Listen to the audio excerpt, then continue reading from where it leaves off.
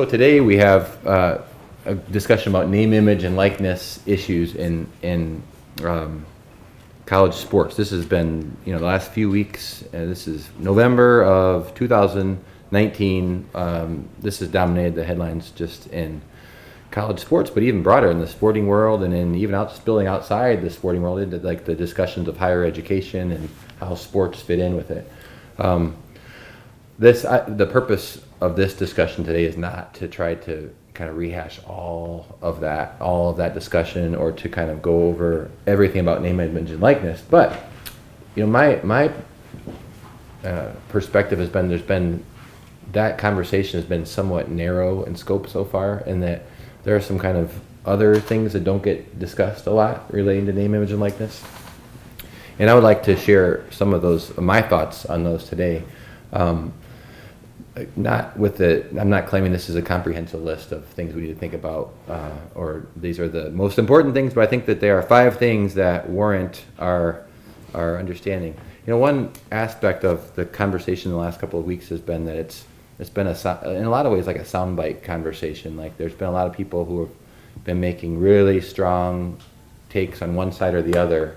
Whether it's absolutely, we have to do name, image, and likeness or pay for play, and there's no doubt about it, and it's a no-brainer. And then the other side of it, which is that if this happens, college sports are done, and very strong takes on both sides of the continuum. And I with most of these types of conversations, I think that there's somewhere in the middle there's a lot of truth as well to a lot of this. So I think these 5 things we'll talk about today are getting at some of that middle ground. So I just kind of want to go through them, and I would invite actually you guys to pipe in if you have thoughts, especially at the end. So I have a question. The last number 5, I'd really like to get your thoughts upon. You can even take a look at it and cheat your thoughts ahead if you want to share your thoughts on it. So the first thing I think that's really interesting to think about is that it says, my point number 1, college sports revenue has radically increased in recent years, challenging external perceptions of amateurism. So this word amateurism, there's been one little subtle shift. I don't know if you guys have noticed, but for a lot of years, in the last 10 years, everybody was talking about college sports are amateur. It's like this amateur thing. And in the last couple of years, a lot of the kind of leaders in college sport have subtly moved back from that term a little bit, and they're using this term collegiate model instead. The collegiate model versus the amateur model.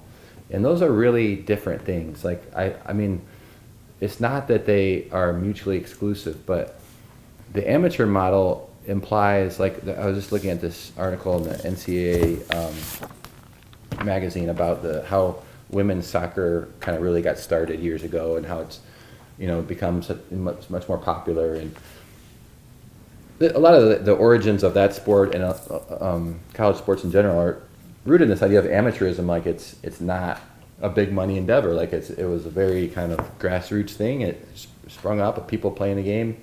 Not a whole lot of commercialized aspects to it when it started. So that obviously has it's totally different now. And so I think that in the public, if we're talking about amateurism, and then we see some of these numbers, which are right here in the bullets, like there's an article this morning in one of the papers about the SEC networks was just valued at $4.69 billion. The Big Ten networks valued, and I don't even know how they get these valuations, but the Big Ten network was valued at $1.14 billion. A couple of other numbers here. The SEC network generates, just from subscriber fees alone, $545 million of revenue generated each year, more than the NBC Sports Network, the Major League Baseball Network, the NBA TV. That's just one conference's network. So again, if you want to talk about amateurism next to those numbers, something seems a little funny, right? The payout approximately in the Big Ten in 2018 per institution for media rights, $51 million a year from just the media rights. So that's like there's a lot of money. This is my number 1 point, which is that we are moving away from the term amateurism. We're talking about the collegiate model, and some of it is because there's so much money has been. That's one big difference. The principles we had maybe are still the same, but the money is a lot different than it was. I'm gonna slide you on down here. There we go. Thank you so much. Yeah, sure. My second point that I will make, and I will feel free to come back to any of these and chime in your thoughts, but a lot of this conversation is in the public. People are talking about it just in the sport venue, like we're just talking about college sports, and some of that conversation gets detached from like our discussions of universities and of higher education. And there have been some like parallel changes as this money has come into college sports, and people are holding fast to this idea of amateurism.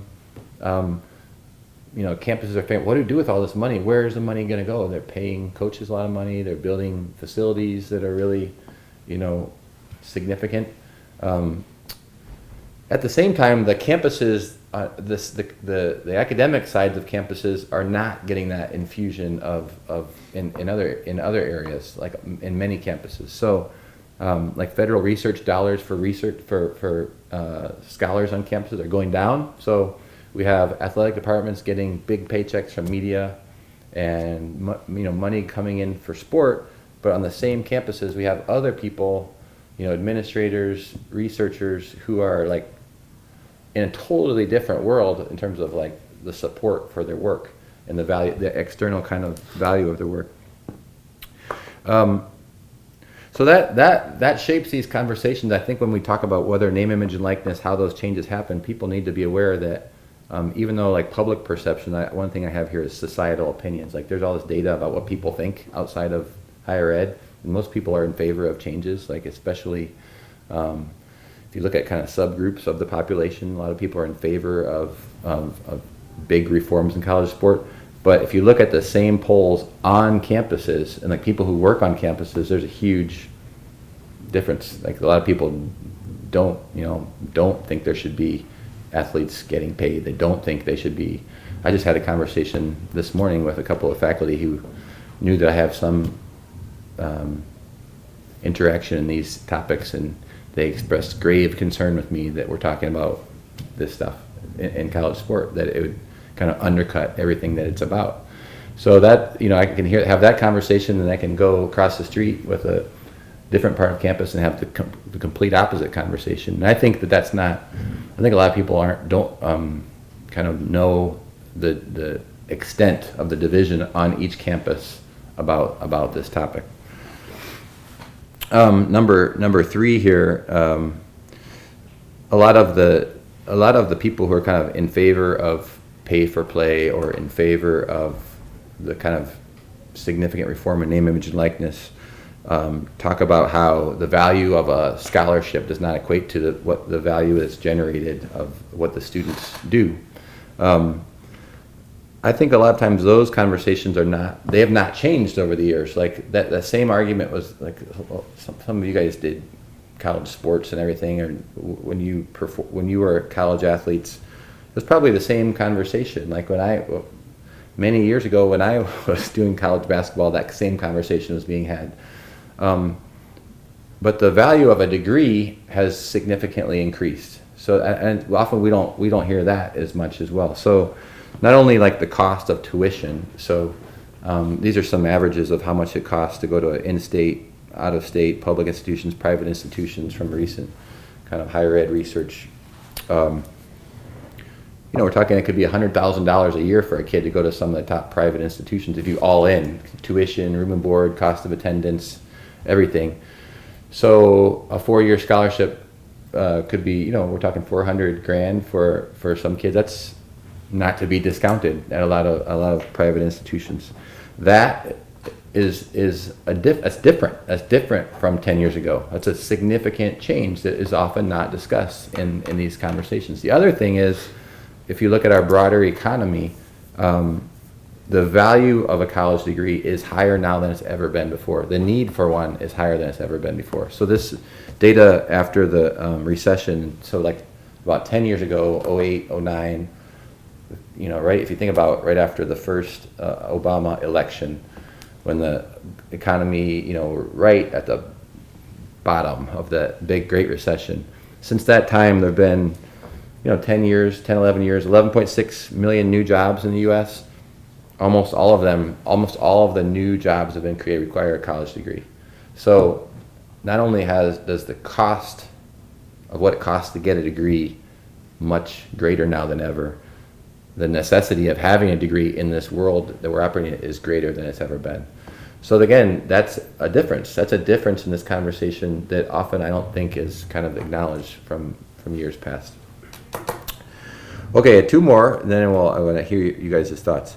So number 4, this says the potential uses for student athletes' name, image, and likeness have increased exponentially with internet, social media possibilities. That's just one example. I said the last sentence says this is more of a Ryan Trahan environment than a Johnny Manziel one.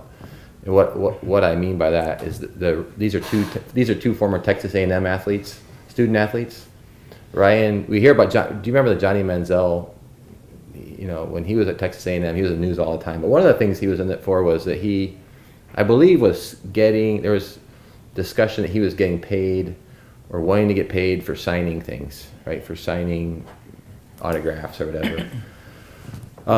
And so that, for a lot of years, when we talk about name, image, and likeness, that was one of the things, like, you could get paid for signing your autograph, or you could get paid for, like, doing an ad for a local car dealership, or it's kind of like, old economy stuff. Like you could have, be driving down the belt line, you can see your name up on the face up on a billboard. That kind of stuff is what I think a lot of people think about with name, image, and likeness.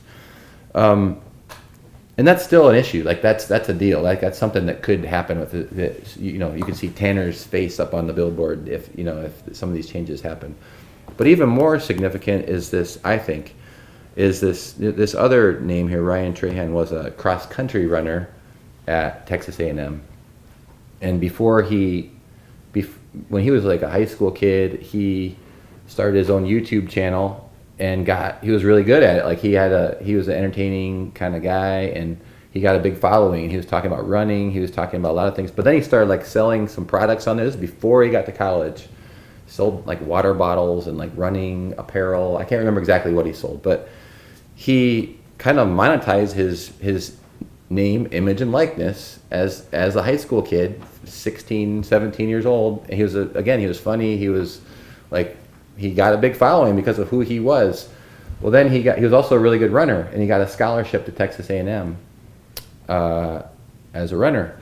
And then the NCAA told him, you can't use your name, image, and likeness. You either take the scholarship or you take your YouTube channel. He had to make that decision. So that's a little different. Like that's a different conversation of name, image, and likeness than it is going to get a car dealership or sign autographs. Like so that makes it a little more complicated in name, image, and likeness. And I think maybe we haven't fully thought through some of those implications of that environment a little bit. The last thing I'll say is the platform debate. We hear this a lot. This is a hotly charged conversation. So I'm not coming in with an opinion one way or the other. But when I say the platform, like the one argument is that say you think about the Kohl Center or wherever, that there's a picture on the back of this. 2 pictures on the back of this handout here. They're of one of our really good former student athletes here, Bronson Koenig. 2 pictures of him. He was a really good, he was a student here, a basketball player, native of the state, and became really well known because he was just so successful. And the teams he was on were really good here. Went to the Final Four a couple of times. The top picture is a picture of Bronson Koenig, in the Final Four. One of those years, like 2015 or somewhere around there. There were probably 70,000 people at that game there. It was in like a dome somewhere. I think it was either in Dallas or in Indianapolis. So one argument is to say that those people were there to see Bronson. They were there to see him, and each of his teammates, all of whom became very well known because they were so good and so successful. Another opposite side of that argument is that people were there to see Wisconsin. They were tied to the University of Wisconsin. He was a part of it. Like he was really good. So if he hadn't been so good, then they wouldn't have been playing in front of 70,000 people and many millions more. But it's the platform. It's the platform debate. It's to say that are people there to see you, or are they here to see this institution perform? And obviously, there's anyone who believes that they're here to see the institution has to acknowledge to some extent that how good you are impacts how bad I want to see you. But then the bottom picture is of the same guy, Brunson, the next year, the year after he graduated. Again, he was a really good basketball player. He was playing professionally at this point in, I think, what they call the G League or D League or some league, NBA minor leagues, basically, G League. I think this was maybe in Grand Rapids or somewhere like that. And, you could pick out any picture there, but I can literally count the people in the stands, 1, 2, 3, 4, 5, like 6. There are probably, a few hundred people watching this game. So the argument that some might make would be that, well, Bronson in the second picture was probably just as good or better. He was probably more skilled, probably a better shooter, better everything else than he was in the first picture. Well, what's the difference? In the first picture, he's playing for Wisconsin. In the second picture, he's playing for the Drive, which I don't know what that is. So again, you could look at that in different ways. One is to say this: you could say, well, okay, he's not earning the money. Wisconsin is. It's the name on the front, not the name on the back. Another way to look at that same argument is to say that, well, he only gets 3 or 4 years to play at Wisconsin. Like his window of like making something out of that is only 3 or 4 years. And then because he has this really small window of chance to make something off of this, he should be able to do it. During this time, he was a big part of all those people being there. And the next year, he's no longer a part of it. He no longer has the opportunity. There's no longer an opportunity for him to earn. So he should be able to make money off of it at this point. Those are two opposite ends of the extreme. So that last thing I said, the number 5 point, is the platform debate. I think that continues on. I think that needs to be hashed out. But we need to figure that out a little bit better as we get to this stuff. I'd be interested in your thoughts on the platform debate. What do you think about that? Do you think look at those two pictures? Are there arguments to be made one way or the other about that? I guess my initial thought is, with what they're trying to do with name, image, and likeness right now, I think is to try bridge that gap a little bit, right? And without necessarily having to go all the way like the pay for play. So to keep the collegiate model of connected to higher education and then receiving that education, but at the same time not being completely cut out to the opportunities that an individual with their own name, image, and likeness can have in that environment for those 3 to 4 years.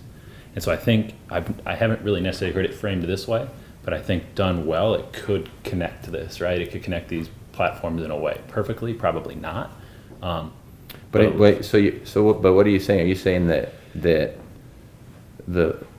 it's him, or it's the platform, or some mix of the two? I don't think it's one or either. Yeah, I think it's a mix. I think it's because of what collegiate athletics offers, and then the name on the front of the jersey offers that environment. But really, you're not going to get that big if you don't have the players that are good enough within that environment. Because there's people in the same league that aren't reaping from this benefit in Big Ten, right? Yeah. That are not playing in front of this many people, and they're not as famous as this. And so I don't think it's one or the other. I think there's a combination of the two. Yeah. I'm a proponent on the front of the jersey means the most, and I think understanding the university is bigger than you. The university is going to be there for generations and generations. One person, your name is what you have, and I think you need to be taking care of that. Not if you're working for BMO Harris Bank. BMO is bigger than you. You're an employee. They need to take care of you, but you work for BMO. So you need to put Wisconsin first in the best spotlight and recognize that they're bigger than an individual. And and in regard, they're taking care of you in indirect costs, which we can get to later. So it's kind of a mix, but I think the university and So do you think that what you just said though should be thought about differently now than 10 years ago? Because of obviously the big thing that's changed is the money. Definitely. You have you have budgets in Big Ten departments of 150 million. We have, I think Ohio State's budget is close to $200 million a year. And is that something that changes what you just said? Well, hitting on kind of I think this all rolls in. I think all the points roll in, but if we start at your number one point on the money, the Green Bay Packers only have to worry about the Green Bay Packers. Yeah. Where Wisconsin, 23 sports, 2 make revenue, and we've got 21 sports that operate in a deficit. I think ADs have recognized this as an entertainment business. They're shying away from the amateurs, and we are in a sports entertainment business, but it doesn't operate like Green Bay Packers got to take care of the Green Bay Packers. We need to take care of all 23 sports. So we're not a true business, because if we were a true business, we'd cut out 21 sports. Yeah. And then open the gates. It's name, image, and likeness, pay for play, but it's collegiate model is very different. unique. Yeah. So in that case, and then the money, I love how the tuition has increased. And one thing I'd like to add is we haven't even talked about, most people, when they come out, let's say it's $400,000 for a degree, we're not even talking about a 6.5% interest rate. Right now, that's the federal interest rate of 6.5%. Most people are on a 15 or 30-year payment plan. So your $400,000 degree is now a $600,000, $800,000 degree after you get done paying it 15, 30 years. So that's significant. Yeah. So that's the university taking care of you. You're coming out, no loans. Not only could you have a chance to play professionally, but you now have an unbelievable chance to land a great job. So you kind of, you're not going to the G League, and if you blow your knee out, then you can play competitively and you can have a great career if you graduate. Yeah. So that's kind of, Yeah. it's a mixed bag argument, because you can kind of go down different. The thing you mentioned about 23 teams, I think, is another could have put on here as well, which is just that I don't know how much people, even on a lot of campuses, know how different athletic departments are. So the Big Ten context is one where a lot of programs have these broad-based programs, a lot of teams. I think some of them, again, I'm bringing up Ohio State, but I believe they have close to 30 teams. 35. Do they really? Like 35. 35 teams. And then some of the... Synchronized swimming is one of them. Is it? And so they have everything. But then some of the schools, like, other conferences have, half of that? 16, 13 teams? Less. And they have to maintain 12. You may know this better than me. Title 12, IX related. 12 or more Yeah. to be... So, yeah. so that's another issue that I think people maybe don't know what the full contour of that, how different departments are. What do you guys think? Anything else? What's your thought, Uriel? Yeah, it's an interesting debate. It's interesting to think about the way it's quantified what a student athlete both should get, but also what the degree to which one should support the university that you get to be a part of the team for, and then how that gets quantified, based on the gentleman was saying in terms of thinking about literally what the cost is down the road of the education, which could be in the realm of $600,000 or something, but the degree to which that also is influenced by what universities make, and even just the positioning of both the athletic department and also the positioning of the university in general, like University of Wisconsin's research R1 research university, right? So there's reputational value, even just that, right? And then that determines sort of some of the people who will be fans, who some of the alumni are. It will be interesting to see how people start to really think about the various pieces. Mm-hmm. Because you could say, well, is it the name? Well, what's in the name? Yeah. Well, the name is, if LeBron James had come out of high school, remember all that talk about how he was this phenom. No one really had seen him play, really, except the Cleveland area. If he'd have gone to, like, Hampton University, say HBCU, instantly they'd be making money they'd never seen before, right? So that's a specific situation, but their positioning would have been, no one would have cared about the name on the front of that jersey prior to him showing up, not in athletics. Mm-hmm. versus if he came to Wisconsin. Now, obviously, that would have been a huge thing too, but not quite in the same way. So I'm just saying, even just the positioning of the university, you know, where does that factor into this? Yeah. You know, and how do we, you know, start to quantify that in addition to obviously the number of programs? This is slightly different, but I mean, even the biggest name in football, Alabama, that they've been strategic in making over their whole institution through football revenue. Like, so that you said, like the example of like Hampton, a place that's not known for high level basketball, could be remade with a LeBron James or a couple of guys. Yeah. Even a place is the ultimate traditional powerhouse in a sport. They've done so well financially through football that their whole institutional profile is changing to a research one. They're moving toward becoming a research Yeah, that's interesting. national research institution. They're giving full kind of scholarships to kids all around the country. I think their whole profile, their whole institution has radically changed through that. So that's almost a further dimension of this. But then that particular example also brings in to, well, how do coach and AD salaries influence the mix, right? Because some of their turnaround is they brought in like the best possible coaches. Yeah. I mean, some of the big name, is that where Urban Meyer was and so forth? I mean, some of these guys who are like, He was at Florida. Yeah. Yeah. But, you know, folks who,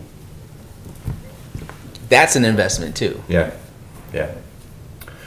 So I mean, I think that these are just, like I said, these are just 5 points.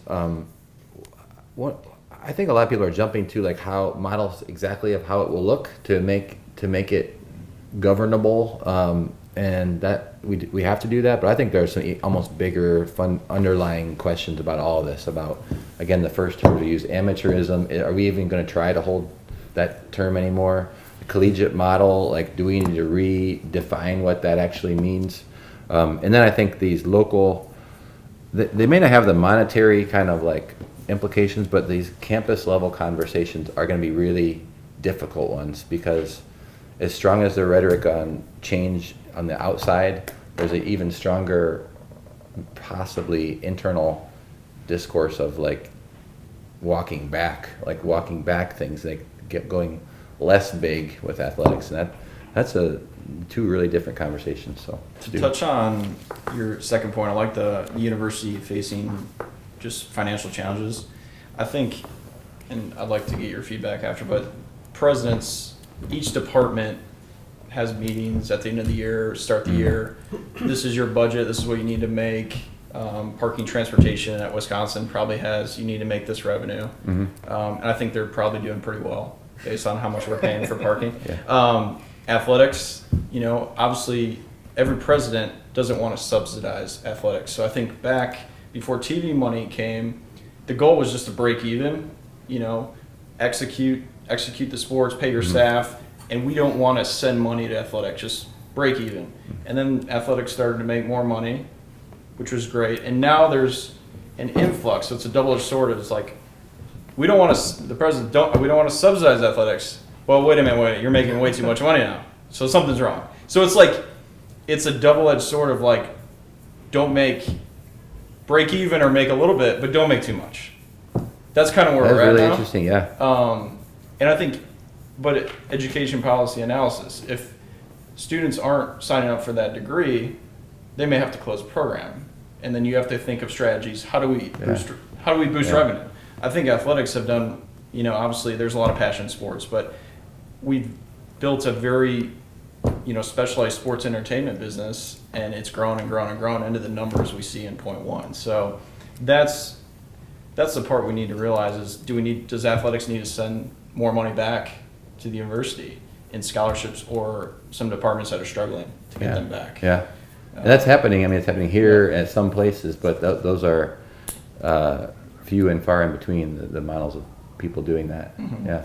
I mean, I think an underlying aspect of this is the communication, the local communication around these issues, and local like governance. When I say that, I mean campus level. I think a lot of schools are really challenged that even on their own campuses have people who don't have a full grasp of what each other are doing and how it all fits together. Like, it's very easy on campuses to have this campus athletics combating when really there are some examples of places that they're doing it really well together. Like they can feed each other in a really positive way. So I think Like that's at the Notre heart of it. Dame having academic buildings built into the football Yeah, stadium, some of that. which Yeah, I read your paper on. those That are was- interesting examples. I mean, some institutions have, I mean, they have woven the fabric of their institutional identity and the fabric of athletics in a kind of seamless way, which is totally different from other places who are building these like athletic missions that you have to kind of stretch to see how they feed what the university is all about.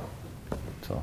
But I think that institutions of higher learning, I think traditionally have been pretty siloed in the way they go about things. We have these departments, each department is separate. We have all these different, now we have an athletic department and and even among the sports, they were for a long time very separate. But I think what maybe the direction that some folks are going at, and some of the examples you give that are successful are thinking about the overarching university as a business in a sense that provides a service both to do good and can contribute good to the world, but also to sustain itself and to do that as efficiently and as robustly as possible. So then that can open the door to a greater debate on, so all right, how do all these things need to feed each other, and what's a fair way to do that so that the university can perpetuate itself both in terms of being viable financially, but also to continue to do good. The one this idea of competitive educational environments. So like the very nature of universities and what we do and how we do it in the last kind of 5 years has really been challenged. Like the way we deliver research, the way we teach, the way we learn, how you learn, where you learn, even who your competitors are. Like I work in ed leadership and policy analysis. A lot of you guys have connections there. For the first part of my time in Madison, like our biggest competitors were, like the big similar types of institutions like Michigan and Harvard and Vanderbilt and all these places, like other really prestigious academic institutions. And they still are, like when I say competitors, I mean our students would apply for a PhD or master's and they would also be applying to those places. So if we wanted to attract students, we had to say, well, what is like Harvard doing, or what is Michigan doing, or what are these other places doing that we need to know about so that we can be competitive in that world.